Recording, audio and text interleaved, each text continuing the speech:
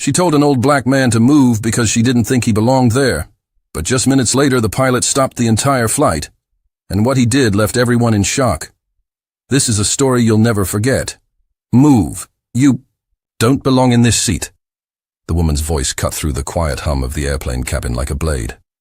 All eyes turned toward the aisle where an elderly black man sat calmly in his assigned seat, wearing a Navy veteran cap. He looked up, confused, as the well-dressed passenger insisted he was in the wrong place. Passengers nearby exchanged awkward glances, unsure of what was happening. The man, quiet and composed, simply said, "This is my seat." The woman scoffed, calling over a flight attendant and demanding that he be moved. "He probably snuck up to first class," she muttered, loudly enough for others to hear.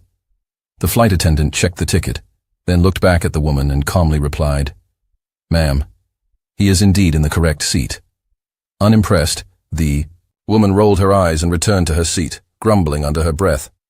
But what happened next shocked the entire plane. Minutes later, the pilot himself walked down the aisle and stopped next to the old man's seat. The cabin went silent. He looked at the veteran, stood at attention, and saluted him with the utmost respect.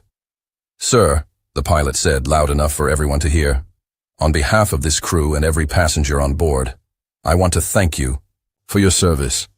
Gasps and whispers filled the cabin. The woman who had tried to remove him sank low in her seat, her face red with embarrassment. The pilot continued, "This man is a decorated war hero. He's flown missions that made it possible for all of us to be here today. He doesn't need to move. He deserves every ounce of our respect." A wave of applause erupted. Passengers stood up, clapping, some with tears in their eyes. The elderly man simply nodded and said, "Thank you. I was just doing my duty." In that moment, everyone on that flight was reminded, respect isn't about where you sit. It's about what you've stood for. Subscribe.